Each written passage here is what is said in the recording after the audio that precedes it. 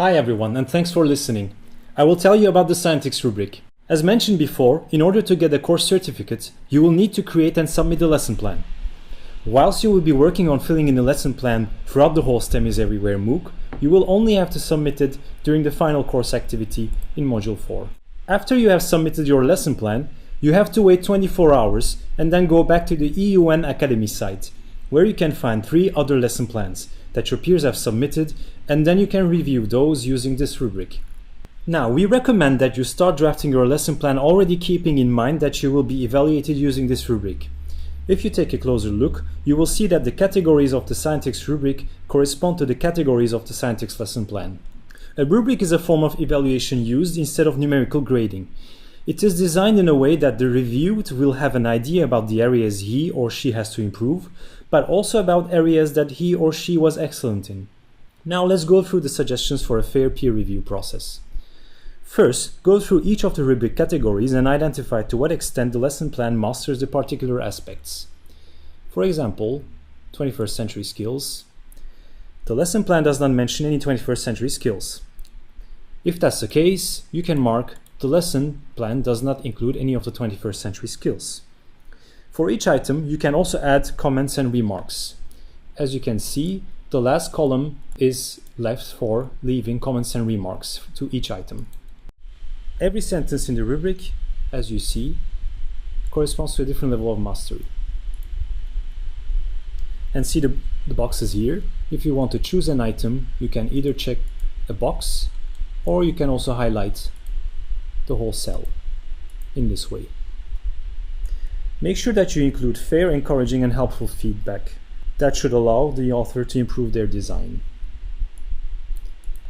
In your feedback, you can address questions like, why did you choose that level? What areas would you identify as strengths? What areas you feel could be improved?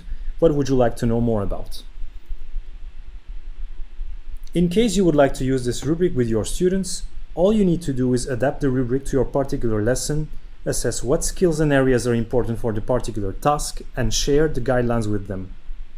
You can use rubrics to assess your students, or you can help them learn self-assessment by teaching them how to use this method to assess their own work. And remember, a rubric is an alternative assessment method. Here there is by no means any grading. The level of mastery does not correspond to grades. Rubrics emphasize strengths and help identify areas or skills that need improvement. Now let's observe the categories one by one. The first one is the aim of the lesson. The description of the lesson plan should not be longer than a few sentences. Remember that a lesson should have only 1 or 2 well-defined aims. Therefore, I could write something in the lines of... The second one is the teaching materials. The plan should include all the extra tools necessary for the lesson. This could be online, websites, online games, or even a Google folder. A teaching material can also be offline, such as glue, paper, scissors. Keep in mind that technology should add to your lesson and not hinder the results. The third section is for lesson plan and activities. This should be where the majority of the lesson is described. In this section, then, every activity should be detailed and time and procedure should be allocated for all of them. In this way, I can also ask for clarifications.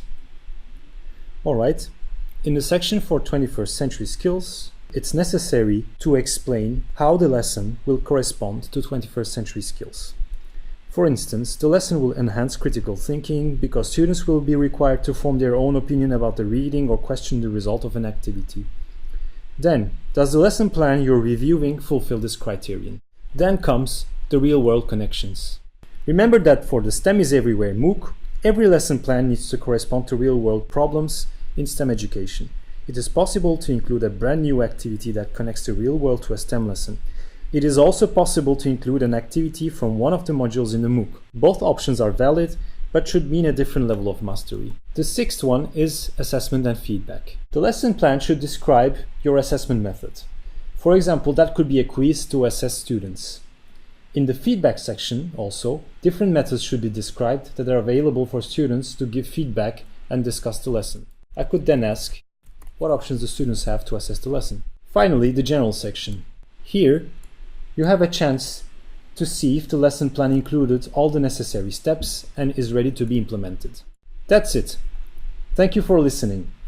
I hope this will help to guide you through the process of assessing the other real-world STEM lesson plans.